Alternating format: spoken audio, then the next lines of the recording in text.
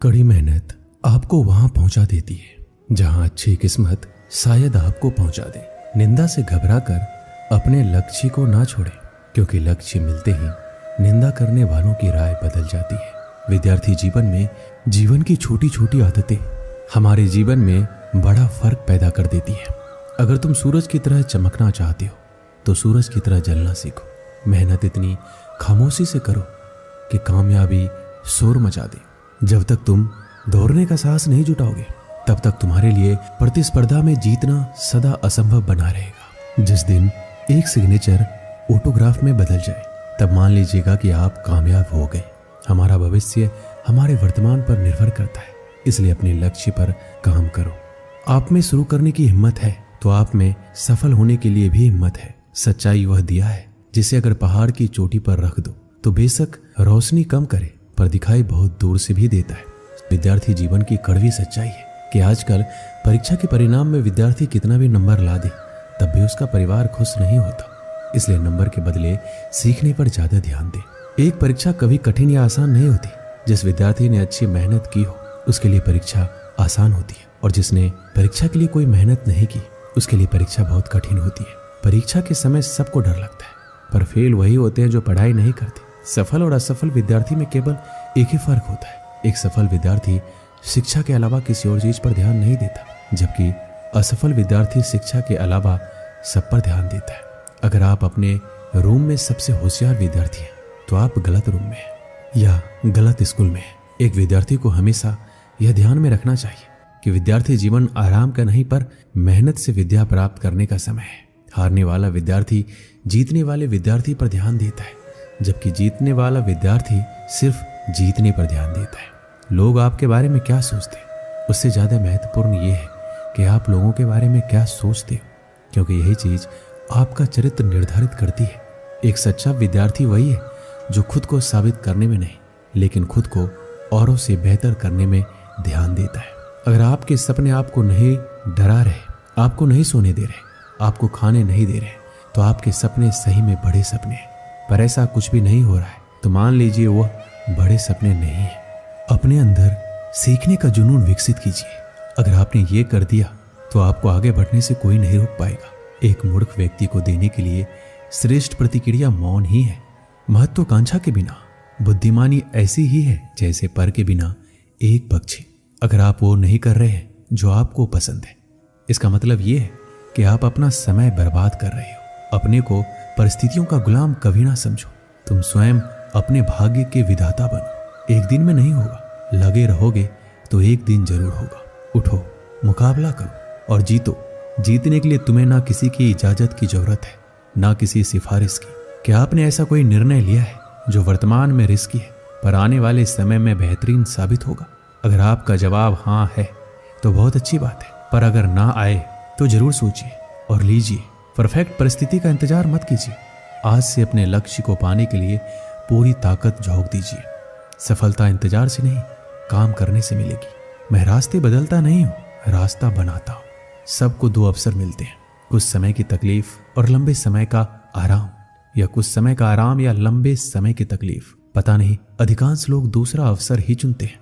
बड़े निर्णय लेते हुए डरना गलत नहीं है, पर डर के कारण बड़े निर्णय ना लेना गलत है। सफलता के लिए जीनियस से कहीं ज्यादा जरूरी है कॉमन सेंस होना। कम शिकायतें, कम बहाने, कम टाल मटोल, अधिक सफलता पाने का यही मूल मंत्र है। कभी कभी आपकी सफलता की राह में सिर्फ एक व्यक्ति बाधक होता है, वह जिसे शीशे में आप हर दिन देखते हैं। उन सभी रास्तों को छोड़ दो जो मंजिल की तरफ नहीं आते, भले ही कितनी भी खूबसूरत हो। बोलकर पछताने से ना बोलना बेहतर है। यह महत्वपूर्ण नहीं है कि आप सफल हैं या नहीं, महत्वपूर्ण यह है कि आप उतने सफल हुए हैं या नहीं जितनी आपके भीतर क्षमता थी। विद्यार्थियों की अच्छी जीवन के लिए उनको मोटिवेट करना बहुत ही जरूरी है, क्योंकि मोटिवेशनल उस बीमारी का दवा है जो विद्यार्थियों को उनके लक्ष्य से भटकने नहीं देता। बहुत से विद्यार्थियों की जिंदगी में ऐसा पल भी आता है जिस समय उनको मोटिवेशनल की बहुत ही आवश्यकता होती है, क्योंकि जब किसी बच्चे की जिंदगी में दुख या परेशानी होती है उस समय वो अपने तय किए गए लक्ष्य से दूर होते चले जाते हैं, और यही वह कठिन समय होता है जिसमें उनको एक अच्छी प्रेरणा और मोटिवेशनल की जरूरत होती है। स्टूडेंट लाइफ जीवन के हर एक जिंदगी से बेहतर मानी जाती है, क्योंकि इस जिंदगी में विद्यार्थी बिल्कुल स्वतंत्र रूप से जीवन को जीते हैं और इससे में विद्यार्थियों की एबिलिटी कार्यों को करने के प्रति बहुत ही ज़्यादा होती है। इसके साथ साथ इस जिंदगी में विद्यार्थी अपने आप को बहुत ही एक्टिव रखता है, जिससे वो किसी भी कठिन प्रश्न या लंबे उत्तर को आसानी पूर्वक समझ सकता है, क्योंकि यह उम्र बहुत ही चंचल माना जाता है।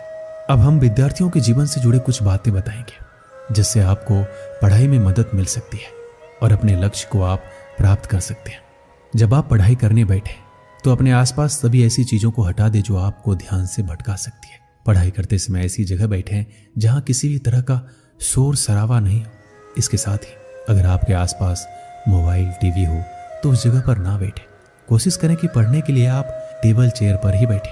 इससे आप ज़्यादा देर तक पढ़ाई कर पाएंगे। और पढ़ाई करते समय फोकस बढ़ाने के लिए सबसे ज़रूरी है आप अपनी पढ़ाई के लिए एक रूटीन बना लें। टाइम टेबल बनाकर पढ़ाई की जाए तो हर चीज़ अच्छे से याद रहती है। इस टाइम टेबल को रोजाना फॉलो करना जरूरी है। इससे पढ़ाई समय से करने की भी आदत आसानी से बन जाएगी। साथ ही आप अच्छे से अपने स्टडी प्लान का पालन कर पाएंगे। रोज रोज एक ही समय पर पढ़ाई शुरू करने की आदत हो जाएगी तो पढ़ाई पर कंसंट्रेट और फोकस करने में आसानी होगी। हर रोज अपने लिए एक लक्ष्य निर्धारित कीजिए। जब भी पढ़ाई करने बैठे तो अपने गोल को ध्यान रखें कि आपको आज कितना पढ़ना है। जैसे कि जब आप पढ़ाई करने बैठे तो तय कर लें कि आज आपको किन चैप्टर को पूरा करना है, और इस गोल को पूरा करने के बाद ही आप अपनी जगह से उठेंगे। जब आप अपने तय किए गए स्टडी गोल्स को पूरा कर लेंगे तो आपको भी अच्छा लगेगा और रोजाना आप इसी तरह खुशी से पढ़ाई पर फोकस कर पाएंगे। और साथ ही साथ पढ़ाई के बीच में ब्रेक जरूर लें। कभी भी एक साथ पूरा सिलेबस ना पढ़े। लगातार पढ़ाई करते रहने से आप लंबे समय तक कुछ भी याद नहीं रख पाएंगे। ऐसा करने से बचें। अगर आप चाहते हैं कि आपका पढ़ाई में और अच्छा फोकस हो तो इस दौरान बीच बीच में छोटे ब्रेक्स लेने चाहिए। हालांकि इन ब्रेक्स में आपको टीवी या मोबाइल चलाने से दूर रहना चाहिए। कोशिश करें कि 30 से 45 मिनट की पढ़ाई करने के बाद आपको कम से कम 5 से 10 मिनट का ब्रेक जरूर लेना चाहिए। अक्सर आपने देखा होगा विद्यार्थी पूरा दिन घर में उछल कूद करता रहता है, ज़्यादा से ज़्यादा बाहर खेलता है, लेकिन जैसे ही उसको पढ़ने के लिए बैठाया जाता है उसे आलस या सुस्ती आने लगती है और वह पढ़ाई से कतराने लगता है। आपने सुना होगा जो समय के साथ चलता है वो पूरी दुनिया जीत सकता है। समय एक ऐसा चक्र है जो रंग को राजा और राजा को रंग बना सकता है। इसलिए समय के महत्व को समझिए और उसका उपयोग कीजिए, दुरुपयोग नहीं।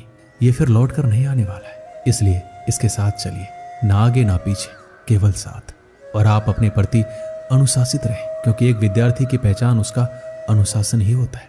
जब आप अनुशासित रहेंगे तब आपको यह ज्ञात होगा कि कौन सा कार्य करना आवश्यक है और कौन सा नहीं। किसी विद्यार्थी के पास अनुशासन होना ही उसकी सबसे बड़ी सीख है।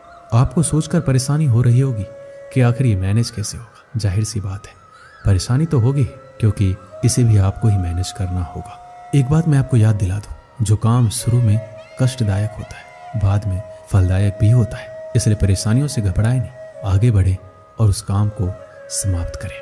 सोने के लिए भी समय निर्धारित कीजिए। प्रत्येक विद्यार्थी को कम से कम 6 से 7 घंटे तक सोना चाहिए।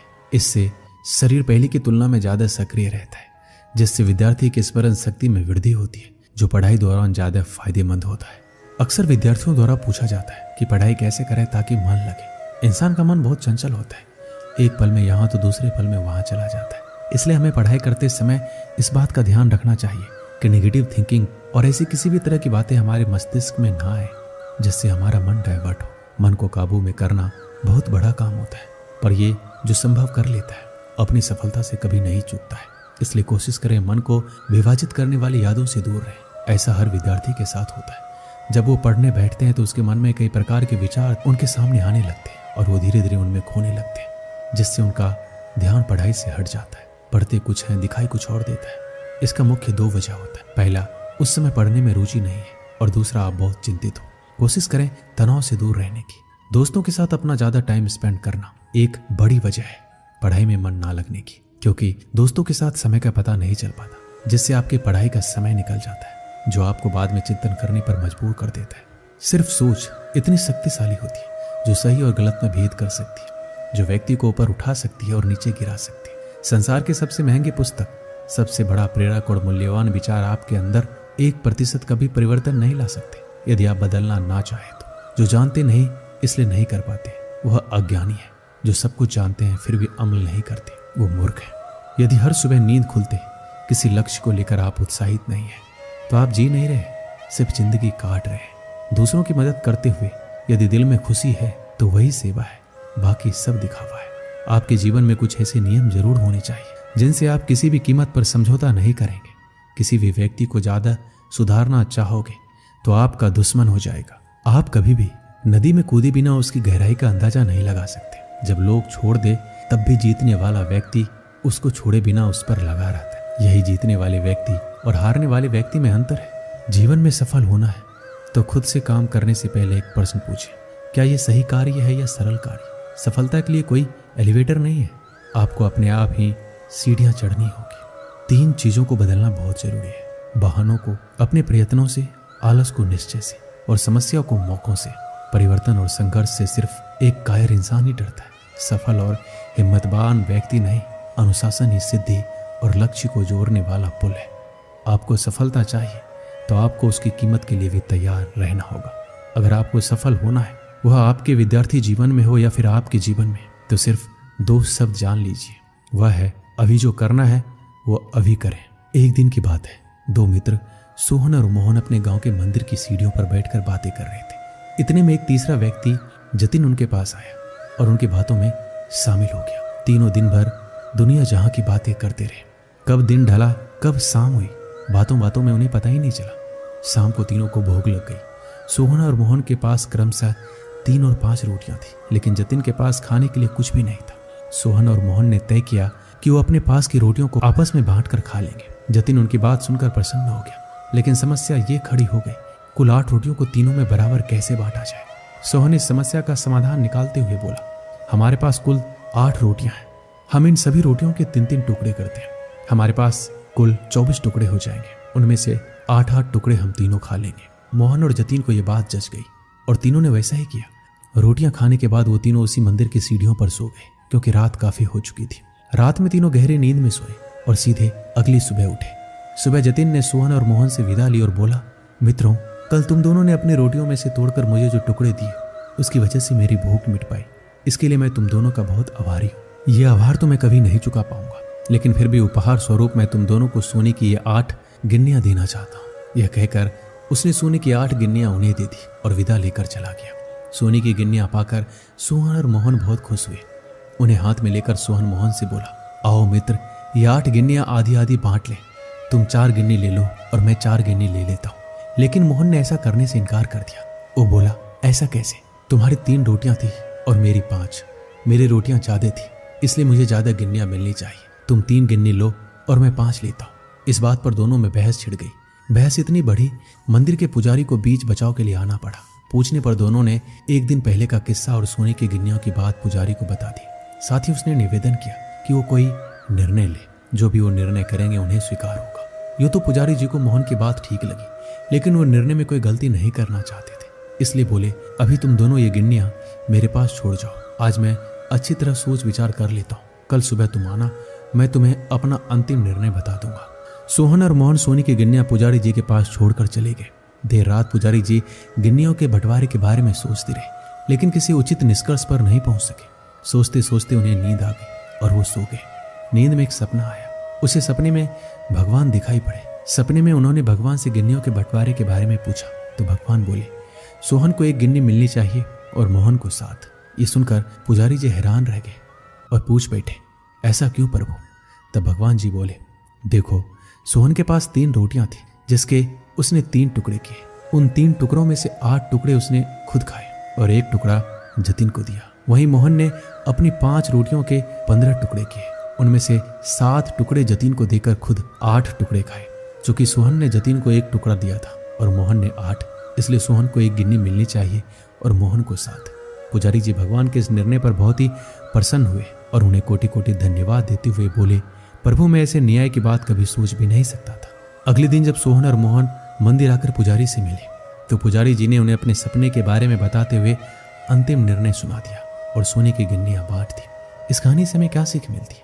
जीवन में हम जब भी कोई त्याग करते हैं या काम करते हैं तो अपेक्षा करते हैं कि भगवान इसके बदले हमें बहुत बड़ा फल देंगे, लेकिन जब ऐसा नहीं हो पाता तो हम भगवान से शिकायत करने लग जाते हैं। हमें लगता है कि इतना कुछ त्याग करने के बाद भी हमें जो प्राप्त हुआ बहुत ही कम है। भगवान ने हमारे साथ अन्याय किया है, लेकिन वास्तव में भगवान का न्याय हमारी सोच से परे है। वह महज हमारे त्याग को नहीं बल्कि समस्त जीवन का आकलन कर निर्णय लेता है। इसलिए जो भी हमें मिला है उसमें संतुष्ट रहना चाहिए। और भगवान से शिकायतें नहीं करनी चाहिए, क्योंकि भगवान का निर्णय सदा न्याय संगत होता है और हमें जीवन में जो भी मिल रहा होता है वो बिल्कुल सही होता है। दोस्तों, इस वीडियो में बस इतना ही। मिलते हैं अगली वीडियो में। अपना ख्याल रखिएगा। जय श्री कृष्ण।